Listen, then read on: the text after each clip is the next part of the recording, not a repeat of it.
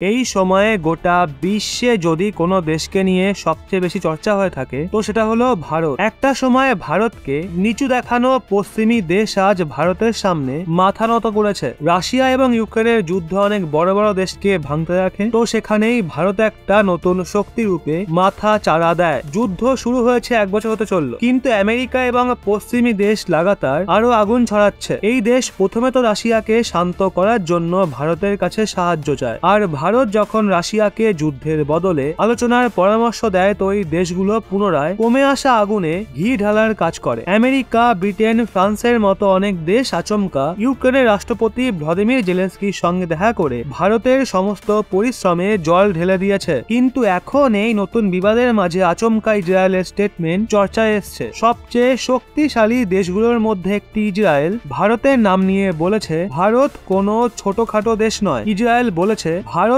একটা বিশ্ব শক্তি হতে চলেছে। ভারতে ইসরায়েলের রাজদূত নাওর জিলান বলেছেন ভারত এক ক্ষেত্রীয় শক্তি থেকে বিশ্ব শক্তি হওয়ার দিশায় দ্রুত এগিয়ে চলেছে। ইসরায়েলের এই বয়ান শুনে অনেক দেশ বিরক্ত অবশ্যই হবে। ইসরায়েলের এই কথাটা না তো আমেরিকার পছন্দ হবে আর না তো চীন পাকিস্তানের পছন্দ হবে। এখন যখন ইসরায়েল বয়ান দিয়েছে তখন নিশ্চয়ই কিছু ভেবেচিন্তেই বলেছে। নাওর জিলান এটাও বলেন ইসরায়েলের বিদেশ মন্ত্রী খুব শীঘ্রই ভারত যাত্রায় আসবেন, আর ইসরায়েলের প্রধানমন্ত্রী বেঞ্জামিন নেতানিয়াহুর যাত্রারও পরিযোজনা বানানো হচ্ছে। আপনারা অবাক করা বিষয় দেখুন, বিশ্বে এখন যেখানেই যুদ্ধ হোক ওখানে এখন ভারতকে স্মরণ করা হচ্ছে। ইসরায়েলের ওপরও এই সময় অনেক বড় হামলা হচ্ছে। বেঞ্জামিন নেতানিয়াহু পুনরায় ক্ষমতায় আসতেই অনেক মুসলিম দেশ ইসরায়েলের পেছনে হাত ধুয়ে পড়ে গেছে। ইসরায়েল ফিলিস্তিন এবং তার প্রতিবেশী দেশ সিরিয়া এবং লেবাননের হামলারও সামনা করেছে। এই উদ্বেগের মাঝেই বেঞ্জামিন নেতানিয়াহু প্রধানমন্ত্রী নরেন্দ্র মোদীর সঙ্গে দুবার কথা বলেছেন। ইসরায়েলও জানে বর্তমান সময়ে